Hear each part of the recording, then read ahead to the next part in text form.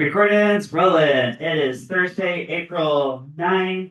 I've been trying to get to this DC circuits lab for a while, so I'll help you guys out with the beginning of this.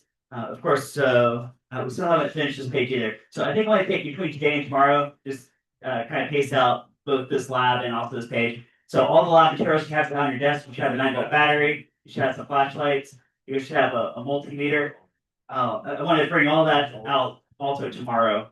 Right, so between today and tomorrow, you work on the lab and also work on this page, right, and I'll help you guys out a little bit here. Okay? So with this lab page, you're going to be creating 3 circuits. So you can see it says number 1 here, and there's space for you to draw a schematic diagram. And then there's a very Kirchhoff table. And then number 2, create a different circuit and draw a schematic and make some measurements with a multimeter. Right, and then schematic number 3. Now, right at the end, it tells you how to connect the voltmeter and the ammeter, which I went over with you guys yesterday, but I'll do it again today. Guys, the voltmeter you're going to connect in parallel with any individual resistor so that you can measure a potential difference. That's really what the voltmeter is measuring, it's the potential difference in volts. But the current in amps is different. The current in amps, you have to break open the circuit. You guys have seen that? And you have to force the current to flow through the ammeter so that you're connecting the ammeter in series. So you can measure the current in amps. So it's different.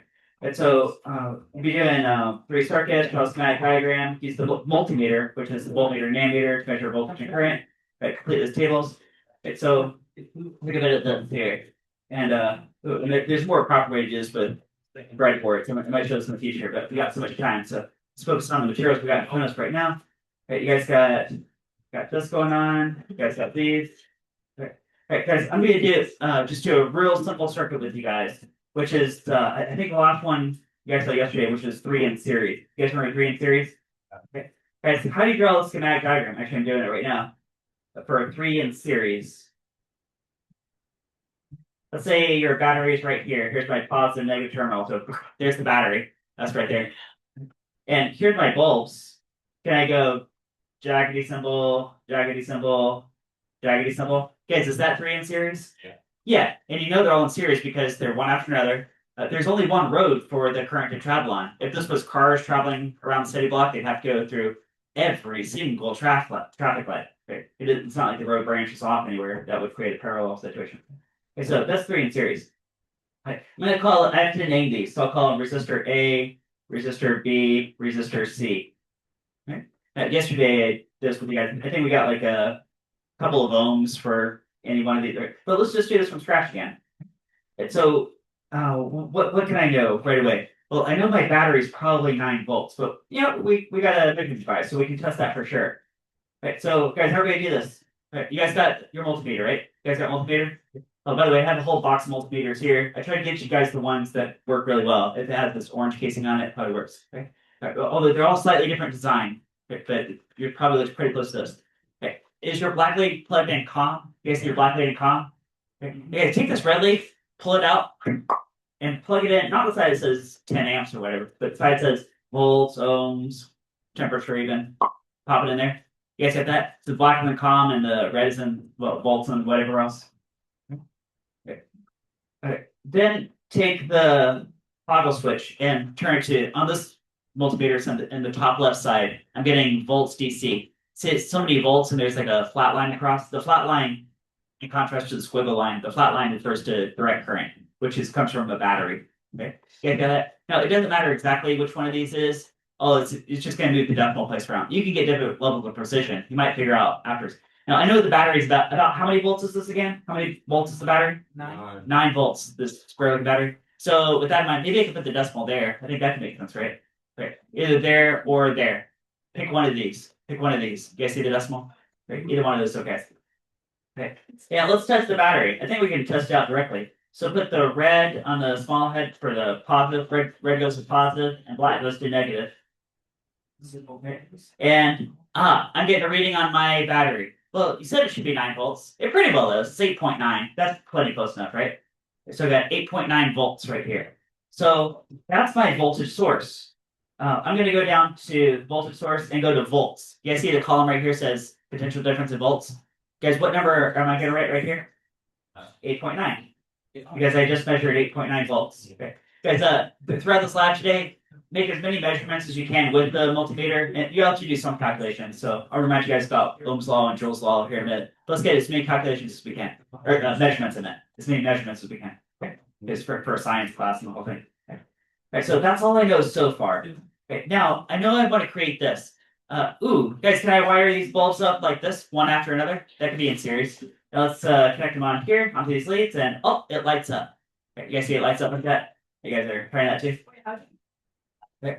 So, alright, so it's one after another because it's in series. Now you can create more complex looking circuits later on if you want. In fact, a good choice if you're like, what could some of these circuits look like? You guys remember this page we've been working on the last couple of days? Right. There are a lot of good options here. They get more complicated as they go down. Okay. If you have like 3 or 4 bulbs, that's probably plenty complex enough there. But I'm doing real simple, just 3 in series. Good. Okay.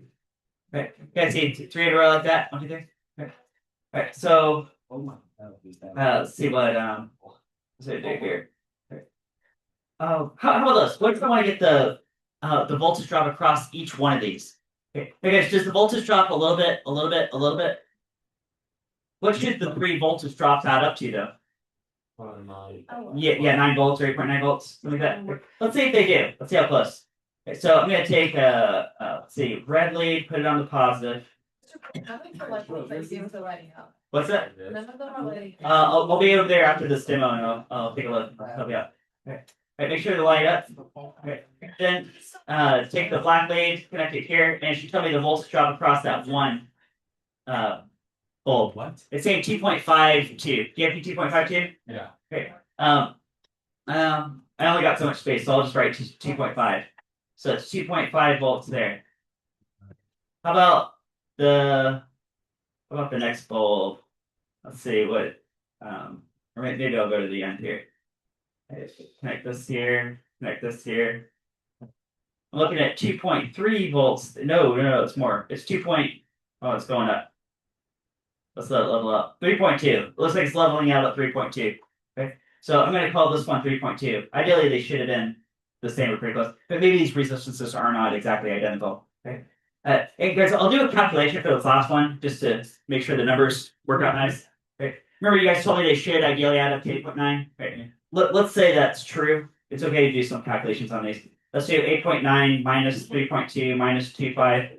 And I'm getting this other one would also be 3.2, which is entirely believable, isn't it? Does that sound about right? That could work, right? Is that okay?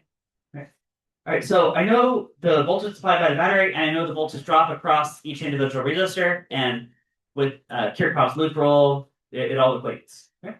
All right, now I gotta somehow get the current. You guys see current in amps? Current in amps. Okay, so let's go back to the multimeter. Guys, we gotta make some changes. You guys ready to make some changes? I turned it off the toggle. Now leave the black in the column, the black always stays in the column. Take out the red. I took out the red. You gotta take out your red lead. Switch it over to the other place to plug it in. The one that says 10 amps. Okay. Now let's switch the toggle to I found that in the past few years, it's not actually the orange one that says only it doesn't say 10 amps, it's the one right above it. It says 200 milliamps. You see that? We're just gonna use that one. For some reason these are off by a factor of 10. I really don't know why, but just go with that. And we're gonna use this from now on. Like 2 milliamps? Right, it says 200 milliamps. Mine says 200 milliamps. Okay, yours says something like that too? Only 200 MA? No MA. Okay, I'll check. Yes, these are all a little bit different design. Okay. All right, so I need to get the current going through here. Hey guys, is there only one current going through this entire thing? Yeah. Yeah, because I only need to measure the current once. Because they're all in series. Now, if you have something in parallel later or some hybrid situation, you might have to make multiple measurements. But since these are all in series, all you have to do is make one measurement. Now, notice how I just broke open the circuit.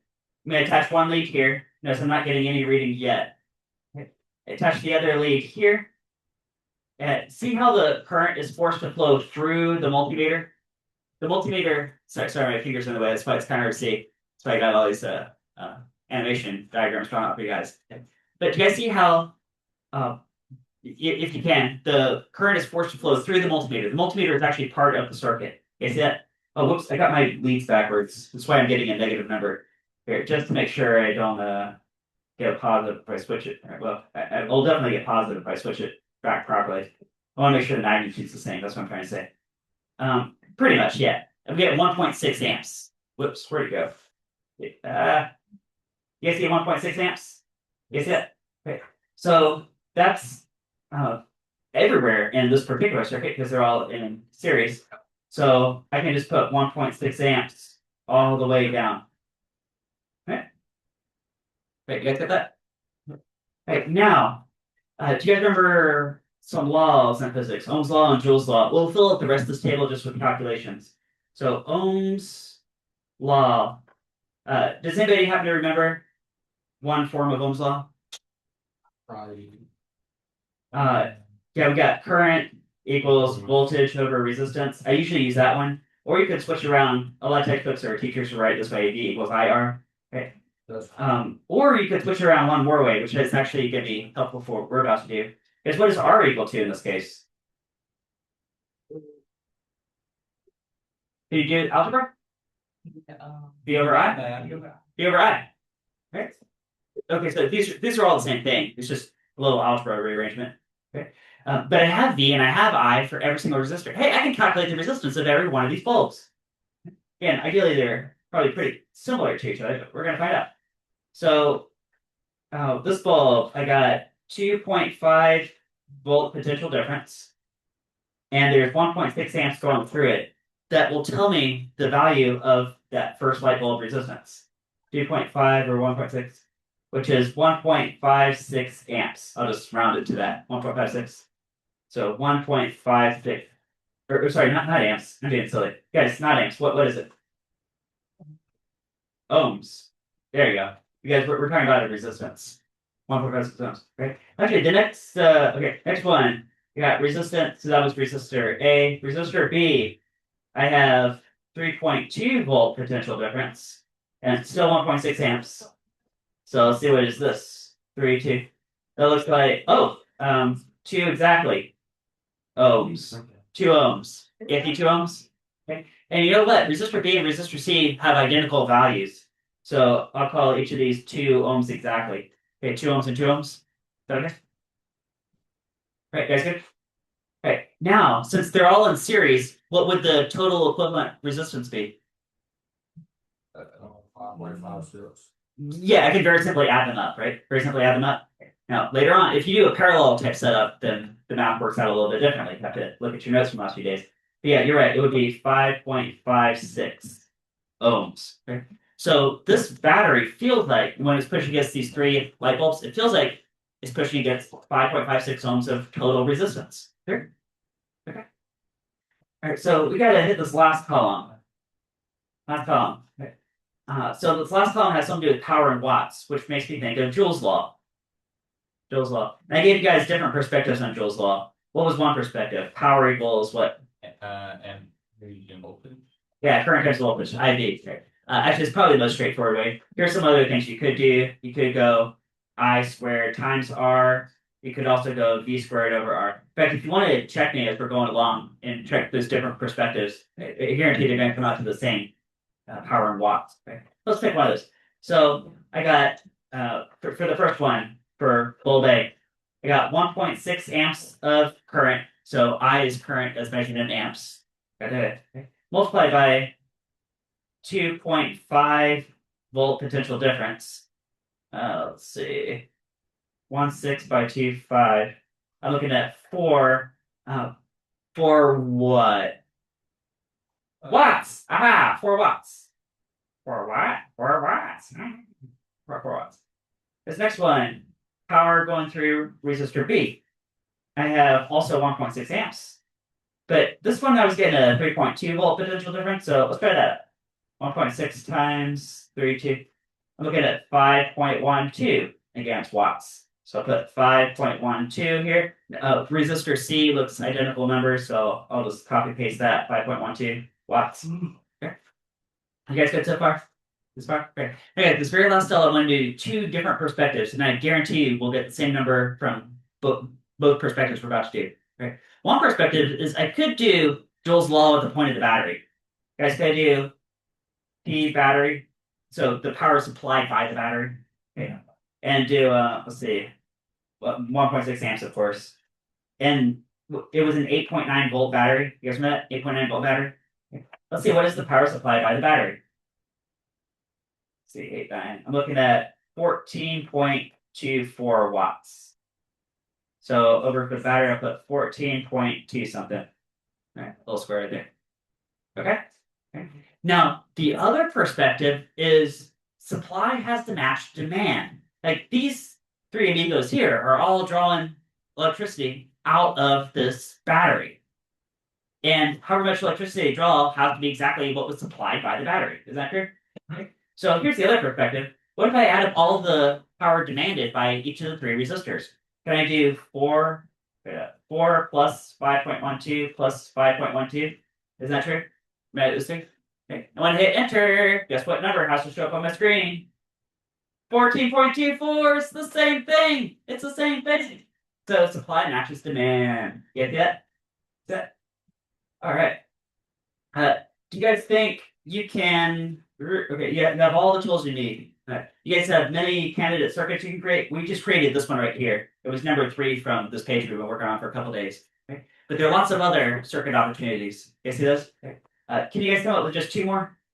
Okay. So, guys, between today and tomorrow, here we got almost a half-hour class today. So between today and tomorrow when you guys come back, I'll have all the same lab equipment out, and then you can work some on the lab. We'll also have this page out. I'll see how this paces out organically just between today and tomorrow. Get you guys as far as I can through the weekend. All right, so I will walk around, help you guys out. Any questions you have? Yeah, go ahead. Set up some circuits and make some measurements.